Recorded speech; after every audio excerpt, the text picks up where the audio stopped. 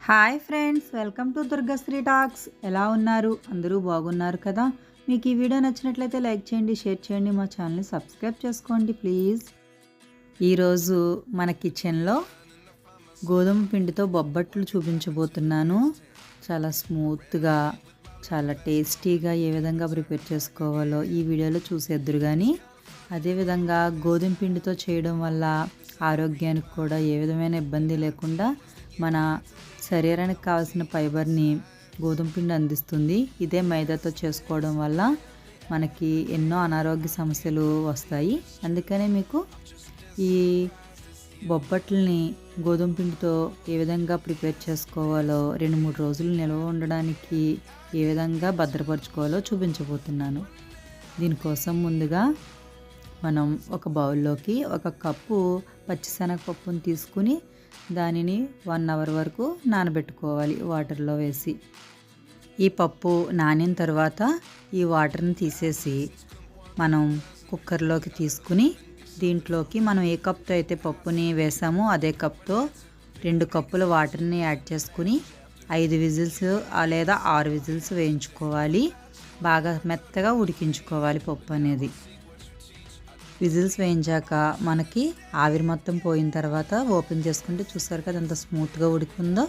ఇలా ఉడికిన పప్పుని ఇందులో వాటర్ ఏమీ లేకుండా డ్రైన్ అవుట్ చేసుకుని పూర్తిగా వాడిన పప్పుని చల్లారిన తర్వాత మిక్సీ జార్లోకి వేసుకుని స్మూత్గా మిక్సీ పట్టుకోవాలి. ఈ పప్పు ఎంత మెత్తగా పట్టుకుంటే బొబ్బట్లలోకి పూర్ణం అనేది అంత స్మూత్గా వస్తుంది. ఇప్పుడు స్టవ్ పైన ఒక పాన్ పెట్టుకుని అది వేడెక్కిన తర్వాత దాంట్లోకి 1 స్పూన్ నెయ్యిని వేసుకోవాలి. నెయ్యి వేడెక్కిన తర్వాత మనం మిక్సీ పట్టుకున్న శనగపప్పు పేస్ట్ని వేసుకోవాలి.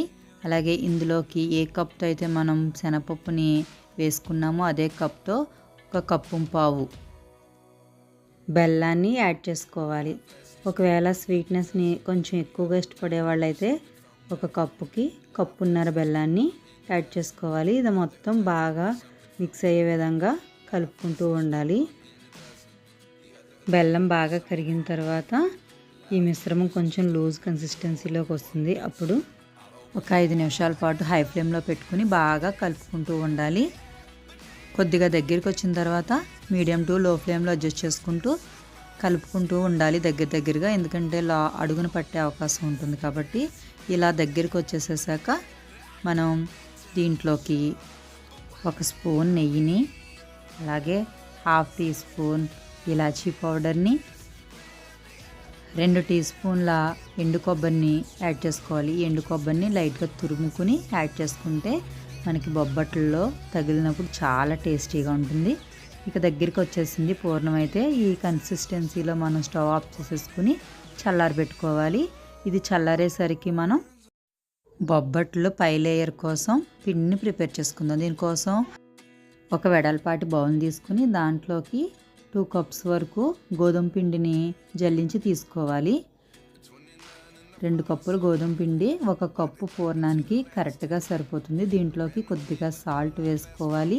అలాగే 1 or 2 టేబుల్ స్పూన్ల పంచదారని కూడా యాడ్ చేసుకోవాలి. దీనివల్ల మనకి పైన లేయర్ అనేది చప్పగా లేకుండా ఉంటుంది. ఇప్పుడు మనం వేసుకున్నది వాటర్. దీంట్లో నేను ఫుడ్ కలర్ని, ఎల్లో ఫుడ్ కలర్ని యాడ్ చేసుకున్నాను. ఎందుకంటే గోధుమ పిండితో చేసింది కలర్ బాగుండదు, అందుకని కొద్దిగా ఫుడ్ కలర్ని యాడ్ చేసాను. ఇది పూర్తిగా ఆప్షనల్. ఇష్టం లేని వాళ్ళు దీన్ని పూర్తిగా స్కిప్ చేసి నార్మల్గానే చేసేసుకోవచ్చు. ఈ విధంగా మనం ఈ కన్సిస్టెన్సీలోకి వచ్చే విధంగా వాటర్ని యాడ్ చేసుకుంటూ పిండిని కలుపుకోవాలి. నాకైతే 2 కప్పులకి 1 కప్పు వాటరు పట్టాయి.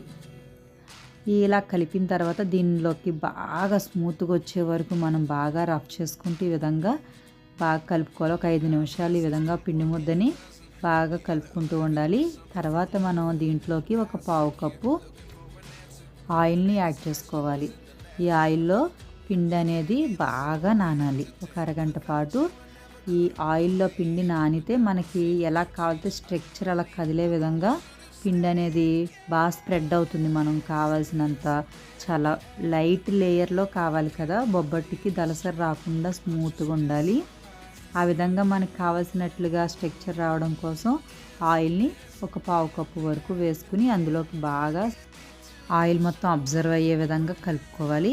ఈ విధంగా అంతా కలిపేశాక అవసరం అనుకుంటే మరి కొంచెం ఆయిల్ని పైన వేసి ఒక అరగంట పాటు మూత పెట్టి పక్కన పెట్టేయాలి. ఈ ఆయిల్ ప్లేస్లో అవకాశం ఉన్నవాళ్ళు నెయ్యిని కూడా ఉపయోగించుకోవచ్చు. నేను ఆయిల్ అయితే అందరికీ అవైలబుల్ కాబట్టి దాంతో చూపిస్తున్నాను. ఇప్పుడు మనం ముందుగా ప్రిపేర్ చేసుకున్న పూర్ణాన్ని చల్లారబెట్టుకున్నాం కదా, దీన్ని చేతికి నూనెను కానీ నెయ్యిని కానీ రాసుకుని చిన్న చిన్న ఉండలుగా ఈ విధంగా స్ప్రెడ్ చేసుకోవాలి. చిన్న చిన్న బాల్స్లు ఇలా ప్రిపేర్ చేసుకుని ఒక ప్లేట్లోకి తీసుకున్న తర్వాత అరగంట పాటు నానబెట్టుకున్న గోధుమ పిండిని తీసుకుని ఒకసారి అంతా బాగా కలిసే విధంగా మళ్ళీ కలుపుకోవాలి. ఆయిల్ మొత్తం అబ్జర్వ్ అయ్యే వరకు బాగా కలుపుకుంటూ ఉండాలి. ఆయిల్ ఎందుకు వేస్తామంటే మనకి ఎలా కావాలితే అలాగా స్ప్రెడ్ అవుద్ది పిండి అనేది. లేదంటే మనకి దలసరి వచ్చేసి స్మూత్నెస్ కూడా ఉండదు. ఇలా కలపడం వల్ల స్మూత్గా కూడా బొబ్బట్టు అనేది వస్తుంది. వీటిని మనకు కావాల్సిన సైజులో ఉండలుగా చుట్టుకుని రెడీ చేసుకోవాలి. ఇలా అన్నిటిని ఉండలుగా చుట్టేసిన తర్వాత వీటిని ప్రిపేర్ చేసుకోవాలి. ఇప్పుడు మనం దీనికోసం 2 పాలిథిన్ కవర్ల లాంటివి దలసరిగా ఉన్న కవర్ని తీసుకోవాలి. ఒక కవర్కి ఆయిల్ని అప్లై చేసి ఒక గోధుమ పిండి ఉండని తీసుకుని దాన్ని ఈ విధంగా స్ప్రెడ్ చేసుకోవాలి. దాంట్లోకి మనం పూర్ణాన్ని కూడా పెట్టుకుని చుట్టూ మొత్తం కవర్ అయ్యే విధంగా చేసుకోవాలి. ఎక్స్ట్రా ఏదైనా పిండి ఉంటే తీసేసుకోవాలి, సరిపోతే ఆ విధంగానే పెట్టేసుకోవాలి. ఇప్పుడు దీన్ని మనం వేరొక కవర్ని పైన పెట్టుకుని దానికి కూడా ఆయిల్ని అప్లై చేసుకోవాలి. ఆయిల్ అప్లై చేసిన కవర్ని దాని మీద పెట్టి మనం చేత్తో చాలా స్లోగా చుట్టూ సమానంగా వచ్చే విధంగా స్ప్రెడ్ చేసుకోవాలి. ఇది ఎక్కడ విడిపోకుండా జాగ్రత్తగా తీసుకోవాలి. పూర్ణం ఒకవైపు ఎక్కువైనా పిండి ఒకవైపు ఎక్కువైనా బాగుండదు. అంత సమానంగా వచ్చే విధంగా స్ప్రెడ్ చేసుకున్న తర్వాత మనం దీన్ని పెనం పైన కాల్చుకోవాలి. ఇప్పుడు ఒకసారి స్ప్రెడ్ చేయడం అయితే చాలా క్లియర్గా చూడండి.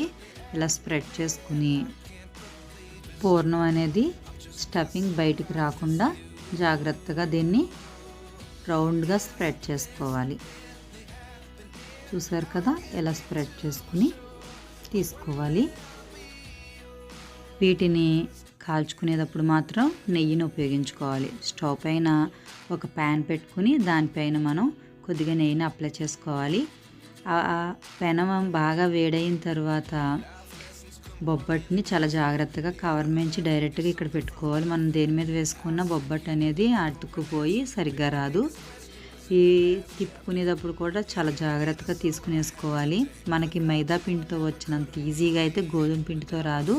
కొంచెం ఇబ్బంది అవుతుంది, కానీ 1-2 సార్లు చేస్తే అలవాటు అయిపోతుంది. చాలా ఈజీగా వచ్చేస్తాయి. నాకు ఫస్ట్ టైం అయితే కొద్దిగా విరిగిపోయాయి, సెకండ్ టైం నుంచి బాగానే వచ్చాయి. ఈ విధంగా 2 వైపులకి సమానంగా కాల్చుకుంటూ తిప్పుకోవాలి. ఇటువైపు ఎక్కువ కాలినా కూడా గట్టిగా అయిపోతాయి బొబ్బట్లు అనేవి. మనం నెయ్యి కూడా కావాల్సినంత వేసుకుంటే బాగుంటాయి. ఎంత ధారాళంగా వాడగలిగితే అంత ధారాళంగా నెయ్యిని వాడచ్చు. అంత స్మూత్గా ఉంటాయి. ఇవి 2 నుంచి 3 రోజుల వరకు నిల్వ ఉంటాయి. దీన్ని సరిగ్గా ప్యాక్ చేసుకుని దాచుకోగలిగితే వారం రోజులు కూడా నిల్వ ఆగుతాయి ఫ్రిడ్జ్లో పెట్టుకుంటే. మనం కూడా చక్కగా చూడడానికి అందంగా ఉండే విధంగా కాల్చుకుంటే మనం చూడడానికి బాగుంటుంది, తినడానికి టేస్ట్ బాగుంటుంది. ఎక్కువ మాడనివ్వకూడదు. ఈ విధంగా బొబ్బట్లను అయితే ప్రిపేర్ చేసేసుకున్నాం. వీటిని ఈ విధంగా స్టోర్ చేసుకోవాలో కూడా చూపిస్తున్నాను. ఒకదానిపై ఒకటి పెట్టుకుని స్టోర్ చేసుకుంటే ఒకదాని ఒకటి అంటుకుపోతాయి. అందుకని మనం ఎలా స్టోర్ చేసుకోవాలో చూపిస్తాను. కానీ చాలా అంటే చాలా స్మూత్గా వచ్చినాయి. చూడండి, చూడడానికి కూడా చాలా అందంగా అయితే బొబ్బట్లు వచ్చేసినాయి కదా.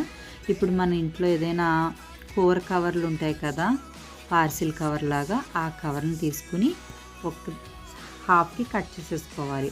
కట్ చేసేసుకుని అంటే ఒక లేయర్ 2 లేయర్ల కింద ఉంటుంది కదా కవరు, ఒక లేయర్లా కట్ చేసుకుని ఇప్పుడు వీడియోలో చూపిస్తున్న విధంగా అందులోకి ఈ విధంగా చుట్టుకోవాలి.